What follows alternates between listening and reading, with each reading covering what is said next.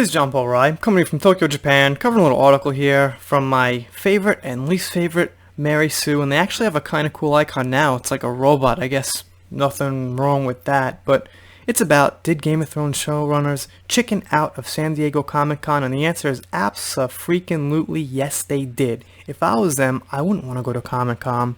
Everyone knows people hated the end of Game of Thrones. Let's say at least half the fan base, being generous. Probably it was more like 70% didn't like it, 30% were like, okay. Then the rest maybe liked it. Some people did. They kind of made excuses in their head or things like this, why it should work out. And personally, some serious issues with it.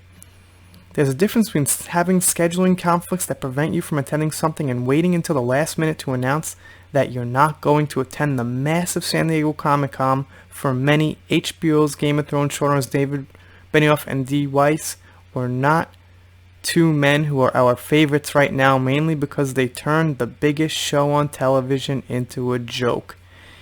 Yeah, you could say that. And I wonder how I feel about that from the Mary Sue. I mean, it's like, you know, they have all these feminist beliefs and these SJW PC politics embedded in their logic. So I'm wondering what it is about Benioff and Weiss they don't like.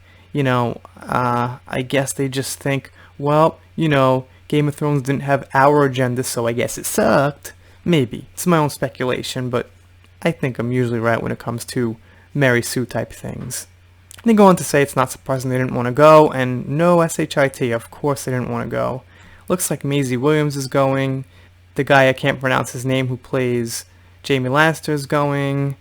You know, I see a couple of other familiar faces going, so they'll handle the questions. And, you know, you can't really get mad at actors and actresses, I mean, unless they do something stupid, like call out fans and be idiots. But in general, if they do a good job and they're nice to the fans, you can't really get mad at them. You shouldn't get mad at them.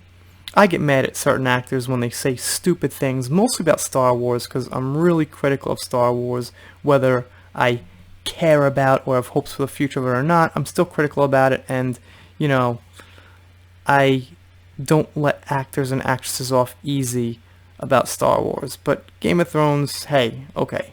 So I guess their excuse was their production scheduling conflicts, which sounds like a bunch of BS to me, because, you know, this is one of the biggest Comic-Con things, the events, biggest mixing words. This is like one of the biggest events of the year for comics.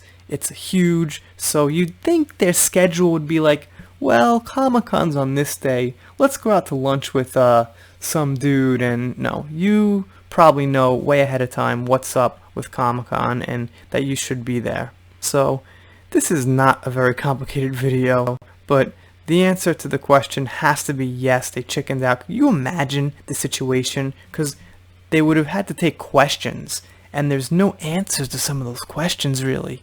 You know, it's like, how come Daenerys turned the Mad Queen so fast? In like 1.5 episodes, they'd be like, well, we didn't have time to finish it.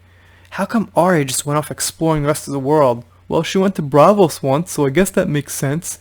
How come Arya killed the Night King? Well, she was supposed to do it all along. Don't look at us, don't look at us, look at George, look at George. And they'd get all these kind of questions, and there's no answer.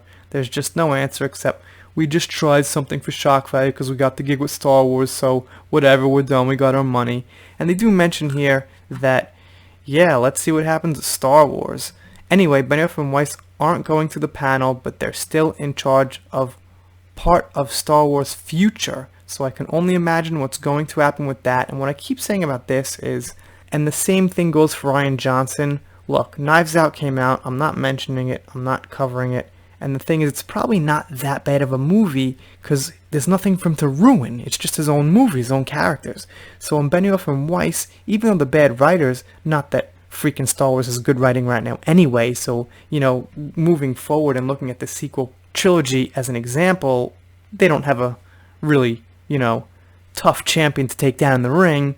But the point is, they can't screw up characters we've loved all along, and in Game of Thrones, they did that. Same as Rian Johnson. He screwed up characters we loved all along.